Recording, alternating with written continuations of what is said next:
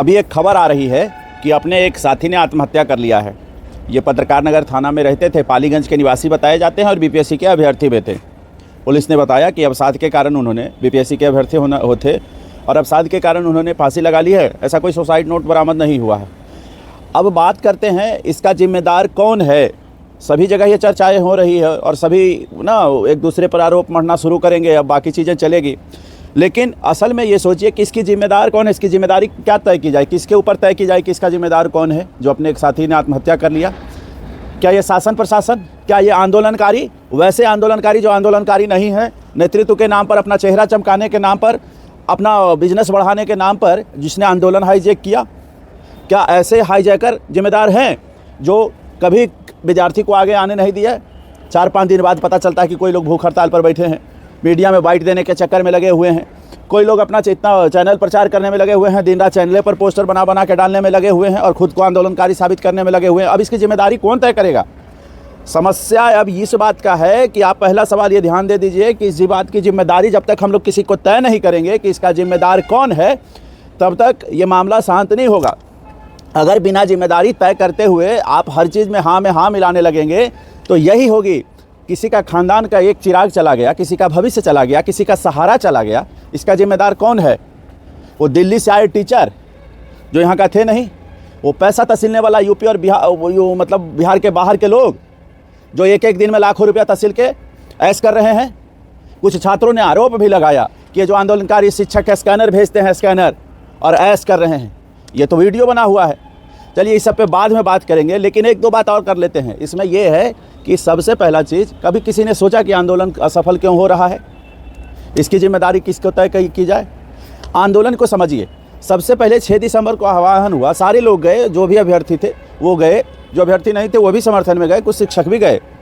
अब समस्या यहाँ ये खड़ी हुई कि जो आंदोलन का नेता था या आंदोलन जिसके आह्वान पर आया था, एक चेहरा बन के जो दिलीप कुमार छात्र नेता थे, उनके आह्वान पर लोग गए और साथ में अपने वजह से भी गए। उनका आह्वान तो ठीक है, साथ में छात्र नेता का आह्वान एक अलग बात है। छात्र अपनी मर्जी से नॉर्मलाइजेशन के खिलाफ आंदोलन किया और उसमें सफल भी हुए, क्योंकि उसका सीधा छात्र नेतृत्व कर रहे थे। सारे छात्र थे, एग्रेसिव थे, अपनी बातें रख रहे थे, डिफेंसिव थे, अपनी बातें रख रहे थे, अच्छे से अपनी बातों को रख के अपना फैसला अपने पक्ष में कराया, जो कि बहुत ही सही था। अब दूसरी बात आती है, उस दिन घटनाएं ऐसी घटी है कि कुछ शिक्षक ऐसे हैं जिनको बदनाम किया जा रहा है, वो भी, और जो बदनाम करने वाले अभी एकदम मठाधीश की तरफ बैठे हैं ना धरना स्थल पर, मज़े से, उनको कहीं कोई दिक्कत नहीं है, ना उनके परिवार में कोई हड़ताल किया है, न भूख हड़ताल पर गया है, न कहीं कोई मतलब नहीं है, जिसका एक ही मकसद है चेहरा चमकाना, जिसमें छोटे भैया 3-4 टीचर हैं और 1-2 थोड़े जो ना जिसको कोई नहीं जानता था, आज नामी टीचर बनने के फिराक में है। भावनाओं में बह के हो क्या गया है, आप इस बात को समझिए। सभी जगह इस बात को अब आने लगा है कि इनके वजह से असली अभ्यर्थी नहीं आए। 100 बार सभी लड़के भी यहाँ तक वो समझने के लिए तैयार हैं कि जितने भी आंदोलनकारी हैं उसके 1% भी असली विद्यार्थी नहीं आ पा रहे हैं। ऐसा इसलिए हुआ कि ये लोग आंदोलन को हाईजैक कर लिए। किसी को भूख हड़ताल पर रख के तबीयत खराब करा देना, किसी की वो हत्या हो गई, इसकी जिम्मेदारी कौन लेगा? शासन प्रशासन आप लीजिएगा? दिल्ली से आके अंग्रेजी नारा लगाने वाले लीजिएगा? एक दिन में लाखों रुपये तहसील के चंदा ऐश करने वाले लोग लीजिएगा? उसका हिसाब कौन देगा? आंदोलन असफल होने का कारण है जो समझ लीजिए क्या हो रहा है। पहले दिलीप छात्र नेता थे, पहले सभी ने दिलीप का इस्तेमाल किया और फिर उसको भगा दिया। अभी दिलीप नज़र नहीं आते। उसके बाद उस सबने क्या किया? रखान और रहमान और कुछ शिक्षकों को गाली दिया, बेहताहासा, जो नहीं बोलना चाहिए था वो बोला। आज वो समर्थन नहीं कर रहे, समर्थन कर रहे हैं, ऐसा नहीं कि वो खुल के समर्थन कर रहे हैं, लेकिन आंदोलन में शामिल नहीं हो रहे हैं, वो ठीक कर रहे हैं। फिर क्या हुआ?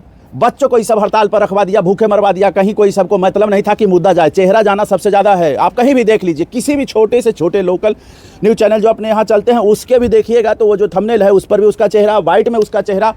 कहाँ चले गए छात्र? इसकी जिम्मेदारी कौन लेगा?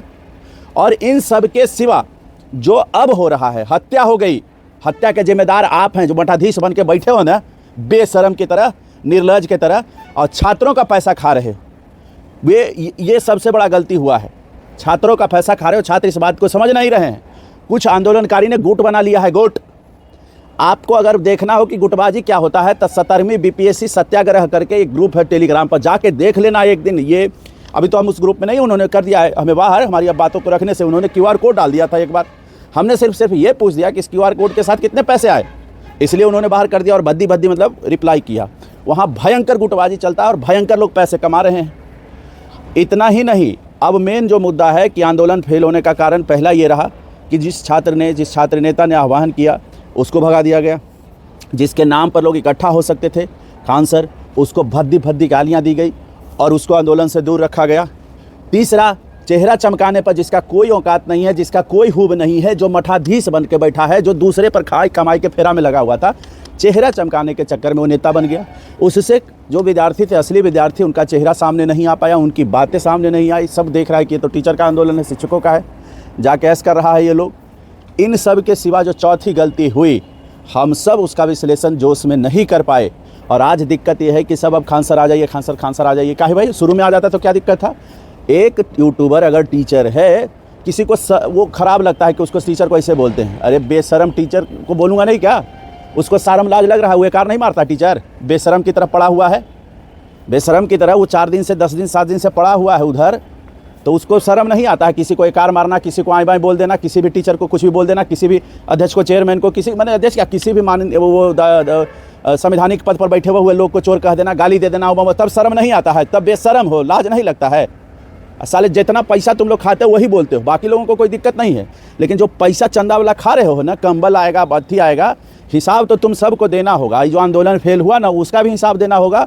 और जो गली गली जाके वो कुछ लोग हैं ना, जो बहकावे का काम कर रहे हैं कि पीढ़ियाँ जागेगी, पीढ़ियाँ गूंगी हो जाएगी, अब जमीर नहीं जागा रहे, बेशरम जमीर तुम्हारा जाग रहा है। कभी छात्रों के साथ कभी थे कि अपने चैनल के साथ थे, छात्रों के साथ थे कभी कि चमत्कार करने के चक्कर में थे वो कि मैं साथ में हूँ, मैं फलना साथ में हूँ, मैं छात्रों के साथ में, और छात्र के साथ में अपना चेहरा चमका रहे हो। छात्र कभी आने कहाँ आगे दिए? तो हिसाब तो तुम सबका होगा। तो आंदोलन जो कमज़ोर हुआ, दिलीप भैया को हटा दिया, खान रहमान सर को गाली दिया, जिसका कोई औकात नहीं है, उसने भी 6 दिसंबर को बैठ के यही रामांशु अलगे माइक लेके हाँ हाँ हाँ हाँ हाँ हाँ 4 जगह गुट बना के बैठे हो, और अखने आके यहाँ मज़े कर रहे हो। अभ्यर्थी हो, जो निर्लज कहता है कि अभ्यर्थी, बेशरम कहीं का, तुम समझ लो कि न तो जो एडमिट कार्ड उस जारी हुआ है उस रामांशु का, न रोहित का, नहीं। गुस्सा तो हमको अब ऐसा आ रहा है कि तुम्हारे वजह से लड़के मर गए, आखने कहना कि हमको इज्जत से बात करो, तब तुम्हें हम बताते हैं इज्जत से बात करो। लड़के मरवा दिए तुम सबके सब, पैसा तसीलने के चक्कर में। कुछ लोग बस इसलिए बैठे हैं कि जितना लंबा आंदोलन चलेगा उतना पैसा कमाएंगे। एक दिन में 1-1 लाख रुपया तसला जा रहा है। हम ना 100 स्क्रीनशॉट का आपको ना वो दे देंगे, आप कमेंट में कोई अपना ईमेल डाल दीजिए कि हमें भेज दीजिए, हम उनको डाल देंगे, आपको पता चल जाएगा कि कितना पैसा तसला जा रहा है। एक गुट है पैसा कमाने वाला जो अंधाधुन पैसा कमा रहा है, जितना आंदोलन चलेगा उतना वो पैसा कमाएंगे। दूसरा गुट है जितना लंबा आंदोलन चलेगा उनको चेहरा चमकाने का सबसे अच्छा मौका मिलेगा। ये 2 माफिया जो हैं जान ले लिए।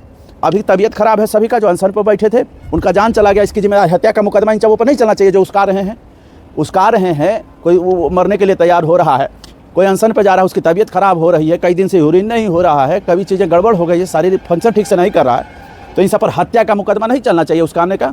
या है, समझ में आता है? ये सब ऐश करने वाले लोग जब बैठ गए हैं, दुनिया में आए हैं तक कुछ काम करिए, चंदा के पैसा से जलपान करिए, खाली यही सब धंधा में हैं।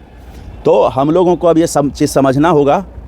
और अगर अभी भी अंतिम उपाय ये है कि अगर आप री एग्ज़ाम चाहते हैं तो सबसे पहले जिन लोगों की जो भी निजी समस्या है, सादा पेपर निकालिए, उस पर समस्याओं को लिखिए, किस किस बिंदु पर आपकी समस्या है, आपका सेंटर कहाँ था, आप उस पर क्या जांच चाहते हैं।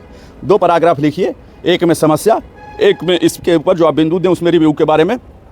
एक निवेदन आग्रह करें और चिट्ठी सीएमओ को भेज दें, चिट्ठी आयोग को भेज दें, बीपीएससी आयोग को भेज दें, बिहार सीएमओ को चिट्ठी भेजें, साथ में अपना स्लिप रखें और वो अपनी चिट्ठियां सार्वजनिक करें। ये सीधी लड़ाई होगी, कागज़ की लड़ाई अब कागज़ से लड़ी जाए। अब अंतिम प्रयास अगर लगता है कि री एग्ज़ाम कराना है तो इसी पर जाना होगा।